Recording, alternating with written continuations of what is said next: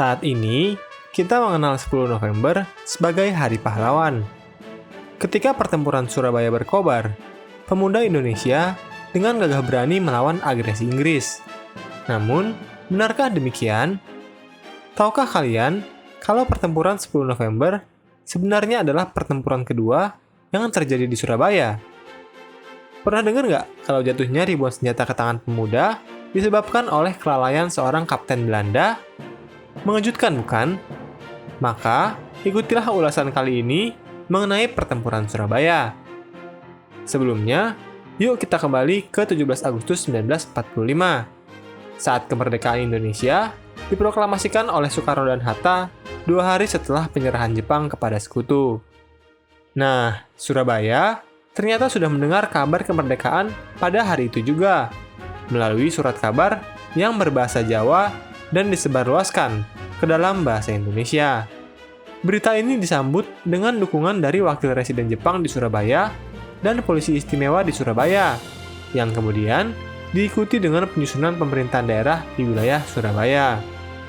Pemerintah pusat pun mengangkat RMTA Sawerio menjadi Gubernur Jawa Timur dan R. Sudirman sebagai Residen Surabaya di tanggal 19 Agustus 1945. Badan Keamanan Rakyat di Surabaya lalu dibentuk tanggal 2 September 1945 yang dikepalai oleh Mustopo. Ia kemudian menjadi Kepala BKR Jawa Timur dan Menteri Pertahanan tak lama setelahnya. Pembentukan BKR yang terdiri dari para pemuda dan bekas peta diikuti dengan berdirinya badan-badan perjuangan seperti Pemuda Republik Indonesia, Angkatan Pemuda Indonesia, Barisan Hizbullah pada September dan awal Oktober 1945. Sementara itu, BKR Laut dibentuk pada akhir September dan nantinya BKR akan berubah menjadi TKR pada 5 Oktober 1945. Peta dan Heiho di Surabaya dibubarkan oleh Jepang seminggu setelah penyerahannya. Maka, ketika BKR dan badan-badan perjuangan dibentuk, mereka membutuhkan persenjataan. Sepertinya ketakutan akan kembalinya Belanda menjadi pemicu utama perebutan senjata Jepang, yang disebabkan insiden pengibaran dan perobekan bendera Belanda pada Hotel Oranye 19 Oktober. Meski ada senjata yang dirampas dari Jepang sejak akhir Agustus 1945, perebutan senjata dalam skala besar baru terjadi sejak usaha pengambilan gudang senjata Don Bosco yang dimulai pada 16 September.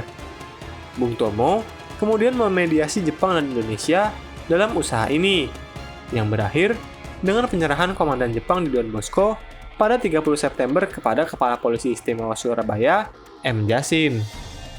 Akan tetapi, sampai akhir September, usaha-usaha perebutan senjata belum berbuah banyak. Seperti yang dibuktikan dengan pengambil alihan markas Kempetai oleh rakyat pada 30 September, di mana para pejuang hanya memiliki segelintir senjata api. Hal ini berubah tanggal 3 Oktober 1945, di mana perebutan senjata dari markas Angkatan Laut Jepang di Gubeng terjadi sejak 2 Oktober, namun baru sukses pada tanggal 3. Berbagai pelucutan senjata lain juga mengalami kesuksesan, baik di Surabaya dan di seluruh Jawa bagian timur. Mengapa 3 Oktober bisa menjadi hari yang sangat menentukan? Ini semua adalah ulah dari Kapten Huyer, seorang kapten Angkatan Laut Belanda yang dikirim oleh Laksamana Helfrich dari Angkatan Laut Belanda pada September 1945 ke Surabaya. Huyer sampai di Surabaya pada tanggal 23 September, sebelum kembali ke Batavia, lalu kembali lagi ke Surabaya 6 hari kemudian. Ia kemudian membuat kesepakatan dengan pimpinan Indonesia di Surabaya agar mereka menjaga senjata Jepang sebelum Huyer memaksa pimpinan Jepang di Surabaya menyerah kepada dirinya. Mayor Jenderal Iwabe dan Laksamana Muda Shibata, pimpinan Angkatan Darat dan Angkatan Laut Jepang di Surabaya, memang pada akhirnya memutuskan menyerah kepada Huyer pada sore hari di tanggal 3 Oktober 1945. Desakan Huyer agar pasukan Jepang menyerah sangat menguntungkan pihak Indonesia, yang mengambil alih ribuan senjata Jepang tanpa ada perlawanan. Setelah diselidiki lebih lanjut, pada kemudian hari, Huyer mengatakan bahwa penyerahan ini seharusnya hanyalah penyerahan palsu. Namun pimpinan militer Jepang di Surabaya menganggapnya sebagai penyerahan resmi. Akibatnya, diperkirakan puluhan ribu senjata Jepang jatuh ke tangan Indonesia di Jawa Timur, yang terdiri dari 19.000 senapan, 900-an senapan mesin, 400-an mortir, 50-an pucuk artileri, 140-an meriam anti udara, 16-25 tank, ribuan kendaraan, puluhan kapal, perahu, dan juga skoci. Di tengah perebutan senjata ini, lebih dari 6.000 interniran sipil Belanda masih berada di Surabaya, dan tugas dari pasukan sekutu untuk mengevakuasi mereka. Menurut RAF Wing Commander Tool, sekitar 1.800 berasal dari kemah-kemah interniran di Jawa Tengah. Meski demikian, sepertinya angka 6.400-an ini masih adalah estimasi rendah, sebab di kemudian hari, terbukti bahwa masih ada interniran yang belum dievakuasi bahkan saat pertempuran 10 November meletus, yang jumlahnya mungkin mencapai ribuan orang. Maka setelah perampasan senjata Jepang, kota Surabaya siap mempertahankan kemerdekaan Indonesia yang kini, di saat yang sama, juga menampung kurang lebih 6.000 interniran dan kurang lebih 30.000 orang Jepang. Dalam kota bersenjata inilah, Brigadir AWS Malabi dan brigadenya mendarat di Surabaya. Akan tetapi, mari kita mengulas Brigade ke-49 terlebih dahulu, yang berkekuatan 4.000-an prajurit dan merupakan bagian dari Divisi Inggris India ke-23. Brigade ini berkekuatan 3 batalion infanteri dengan 800-an prajurit per batalion, 1 resimen artileri dengan 24 meriam dan 580-an prajurit, serta sekitar 6 kompi pendukung dengan 120 hingga 160 prajurit per kompinya. Perlu diingat juga bahwa tidak ada prajurit Gurkha dalam Brigade Malabi, seperti asumsi beberapa buku Indonesia. Kapal HMS Waveney, Malika, Asiduos, dan beberapa kapal lainnya singgah di dekat Surabaya pada 24 Oktober 1945. Setelah perselisihan antara Malabi dan bawahannya dengan pihak Indonesia pada sore hari 25 Oktober 1945, sebagian dari Brigade ke-49 pun mendarat secara sepihak di Surabaya. Walau pimpinan Indonesia di Surabaya tidak setuju, Presiden Soekarno di Jakarta memerintahkan agar Surabaya tidak menghalangi kedatangan sekutu. Keesokan harinya, persetujuan antara pasukan Inggris dan Indonesia menghasilkan kesepakatan yang intinya mengatakan beberapa poin, yaitu pertama, tidak ada personil Belanda di antara pasukan Inggris India di Surabaya. Yang kedua, kerjasama di antara sekutu dan Indonesia dilakukan melalui suatu kontrak BU Riau. 3. Interniran dan tahanan sekutu akan dievakuasi oleh Inggris.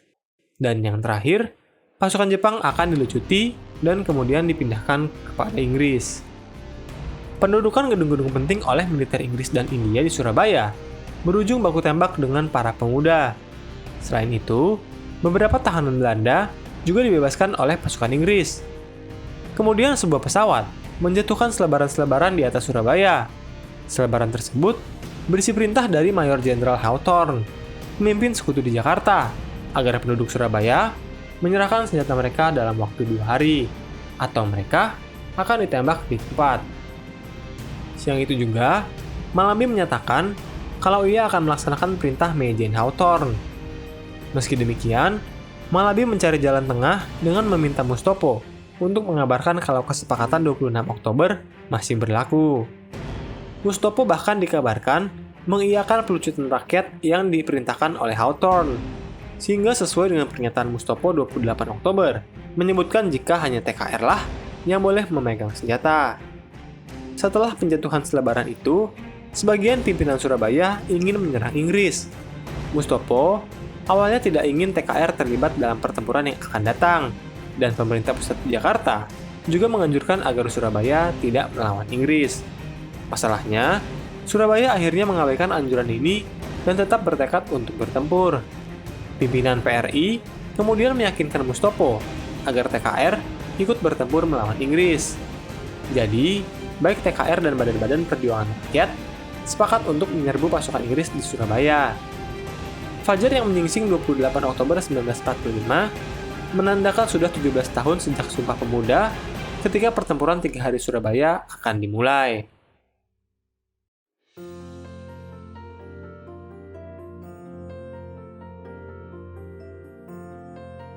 Hai, terima kasih sudah menonton dan belajar sejarah bersama Inspek History.